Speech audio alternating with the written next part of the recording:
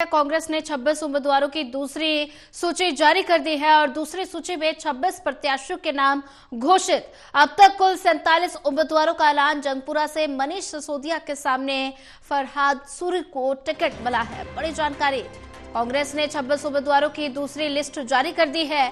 दूसरी लिस्ट में 26 प्रत्याशियों के नाम घोषित किए गए और अब तक कुल 47 उम्मीदवारों का ऐलान किया जा चुका है। जंगपुरा से मनीष सिसोदिया के सामने फरहाद सूरी को टिकट दिया गया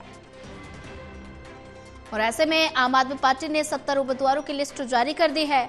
भारतीय जनता पार्टी भी अपनी लिस्ट जारी करने के लिए चिंतन मंथन कर रही है और कांग्रेस ने अभी दूसरी लिस्ट जारी कर दी है।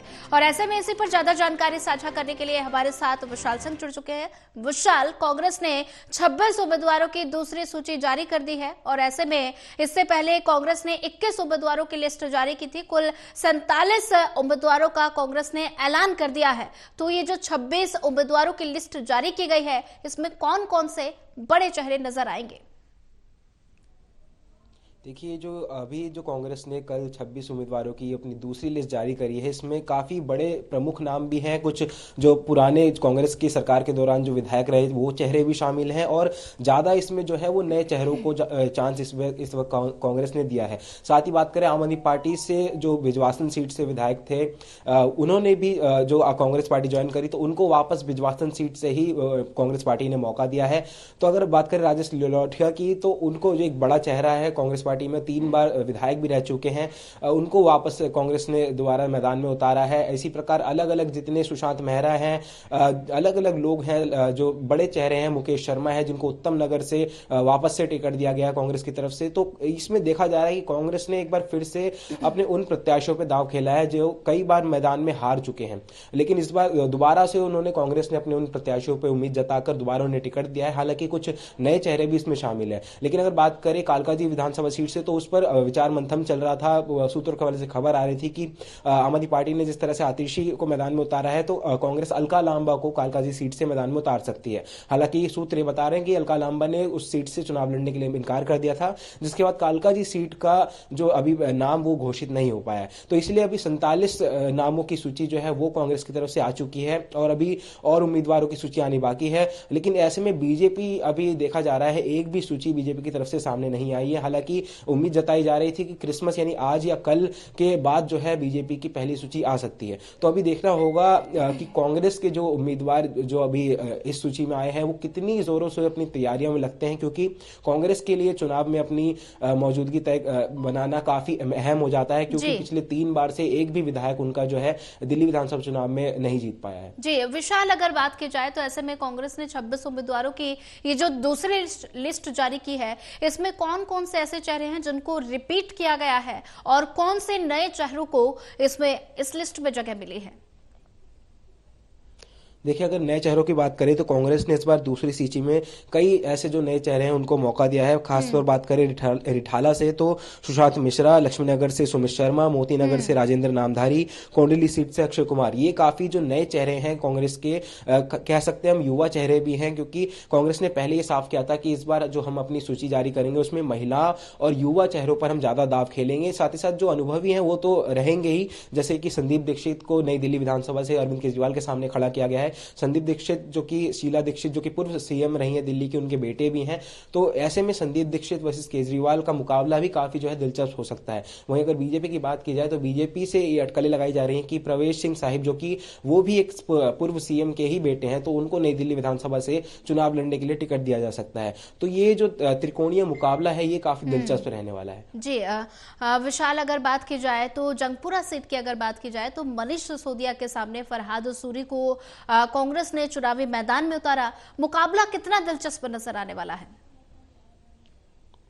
जी देखिए, फरहाद सूरी जो है एक पुराना नाम है कांग्रेस पार्टी के लिए, क्योंकि वो पहले जब बाराखंबा और की जो विधानसभा थी उसको पहले जंगपुरा में ही शामिल कर दिया गया था 2008 के परिसीमन के बाद। तो यानी कह सकते हैं 2008 से पहले उस सीट पर फरहाद सूरी की मां जो है वो विधायक रही थी। तो इसलिए उनकी जंगपुरा सीट कोई पुरानी सीट नहीं है उनके लिए, क्योंकि वो पहले भी उस सीट से जो है अनुभवी रहे हैं। और जिस तरह से बाराखंबा सीट को खत्म किया गया था परिसीमन के बाद, उसे जंगपुरा सीट में जोड़ जोड़ दिया गया था, तो वो पूरी सीट ही जो है कहीं ना कहीं फरहाद सूरी के लिए पुरानी नहीं है। तो ऐसे में मनीष सिसोदिया के सामने उनका मुकाबला काफी कड़ा रहने वाला है। तो कह सकते हैं कांग्रेस पार्टी ने काफी सोच समझकर मनीष सिसोदिया के खिलाफ जो उम्मीदवार उतारा है वो काफी सोच समझकर उतारा है, क्योंकि फरहाद सूरी वर्सेस मनीष सिसोदिया की जो फाइट है ये भी देखने वाली काफी जो है दिलचस्प रहेगी।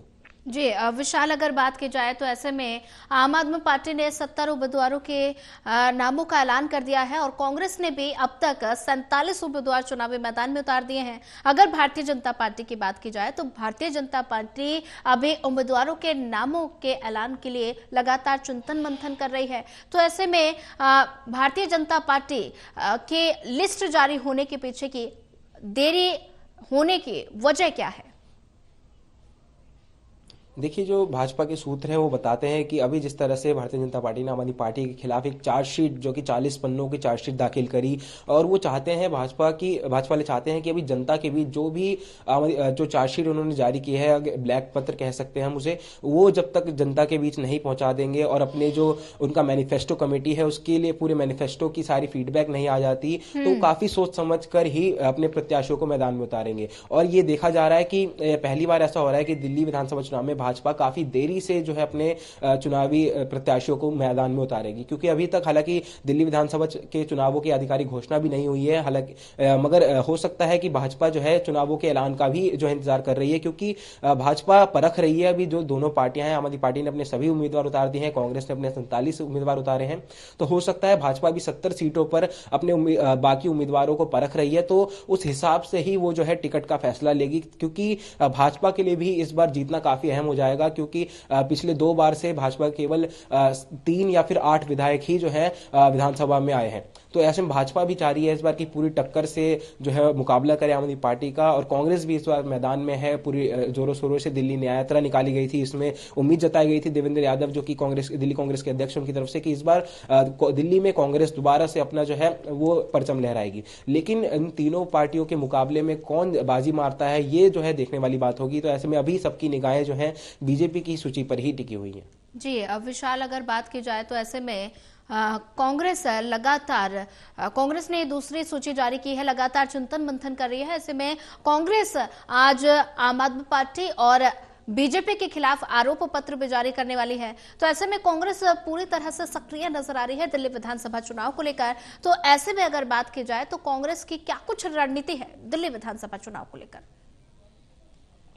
देखिए, कांग्रेस बिल्कुल इस बार पूरी तरह से तैयार है आम आदमी पार्टी को घेरने के लिए, साथ ही साथ बीजेपी को भी कई मुद्दों पर कांग्रेस घेर रही है। तो इसी के मद्देनजर आज जो दिल्ली कांग्रेस के अध्यक्ष है और अजय माकन जो है वो बीजेपी और आम आदमी पार्टी के खिलाफ एक श्वेत पत्र जारी करेंगे, जिसमें वो जनता को बताएंगे कि कौन कौन से कारनामे हैं जिस वजह से आम आदमी पार्टी या बीजेपी को वोट नहीं देना है। तो कांग्रेस का यह दावा है कि इस बार जनता जो है पूरी तरह से कांग्रेस पर ही भरोसा करेगी, क्योंकि 10 साल से उन्होंने आम आदमी पार्टी को परख लिया है और जनता भी कहीं ना कहीं तरसता है, ऐसा कांग्रेस का कहना है। तो इसी के मद्देनजर आज कांग्रेस अपनी नई रणनीति के तहत जो ये श्वेत पत्र जारी करेगी और इसको सभी जगह फैलाया जाएगा, कांग्रेस के कार्यकर्ताओं द्वारा लोगों के घर घर जाकर इस पत्र को बांटा जाएगा और इसी के बाद जो है लोगों से इसका फीडबैक भी लिया जाएगा। तो कांग्रेस भी जो है पूरी तैयार दिख रही है आगामी चुनाव के लिए, क्योंकि कांग्रेस के लिए सबसे ज्यादा अहम है अपना वर्चस्व कायम रखना, क्योंकि कांग्रेस का एक भी विधायक दिल्ली विधानसभा में दूर दूर तक नहीं है। हालांकि बीजेपी के जरूर 8 विधायक हैं, मगर कांग्रेस का एक भी विधायक ना होने से कांग्रेस दिल्ली में बिल्कुल ही